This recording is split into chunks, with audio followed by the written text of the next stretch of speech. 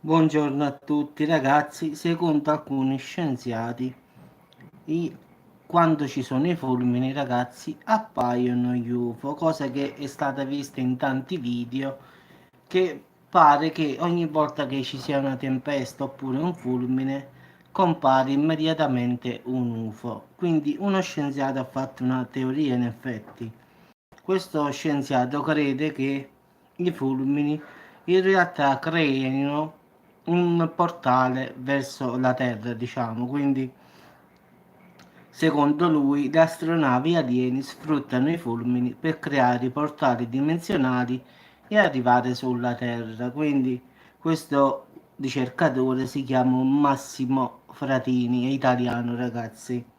Quindi questo lavora presso il Dipartimento di Scienze Radiologiche dell'Università La Sapienza a Roma e teorizza lui che queste astronavi alieni sfruttano i fulmini aprendo varchi spazio-temporali o Stargate come li vogliamo chiamare per arrivare sulla Terra.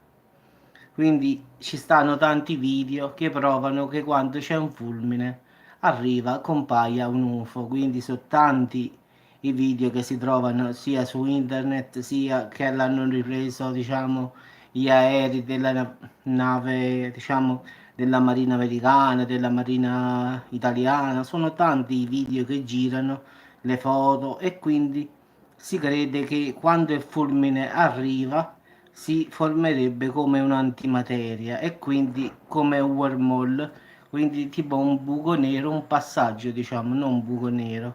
In quell'attimo che il fulmine è al suo culmine, come se si aprisse una porta, dice. Quindi non è insolito vedere che quando c'è il temporale, fateci caso, appaiono questi, diciamo, UFO.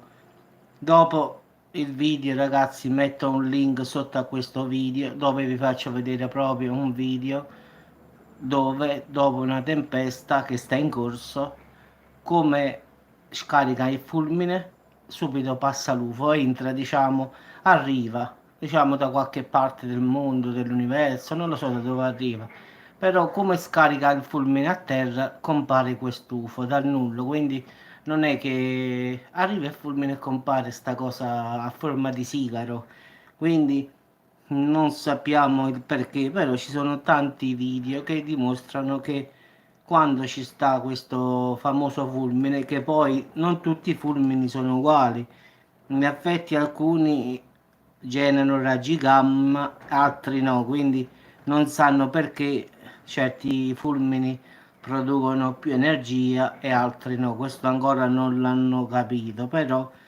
diciamo liberano più energia, producono raggi gamma, quindi ci sono fulmine e fulmine, voglio dire io, quindi non sono tutti uguali, quindi si presume che questi ultimi sono prodotti, fanno sia l'antimateria che i raggi gamma e quindi fanno un'energia tipo un buco nero per fare un esempio, no? Solo che non è un buco nero, quindi giustamente si genera questa nuvola di materia e di antimateria e così l'astronave potrebbe sfruttare l'antimateria come propellente e come curvatura spazio-tempo. Quindi pensate un poco, quindi i fulmini possono aprire secondo questo scienziato, questo italiano poi, varchi spazio-temporali e arrivare sulla Terra. Guarda caso che le studio degli X-Point, cioè per tunnel, buchi neri, ponti di collegamento, diciamo così, tanto per essere più semplici, sono parte della NASA ed è diventato top secret, quindi questi tunnel, questi passaggi, questi ponti da un mondo all'altro, diciamo, sono diventati top secret ultimamente da parte della NASA.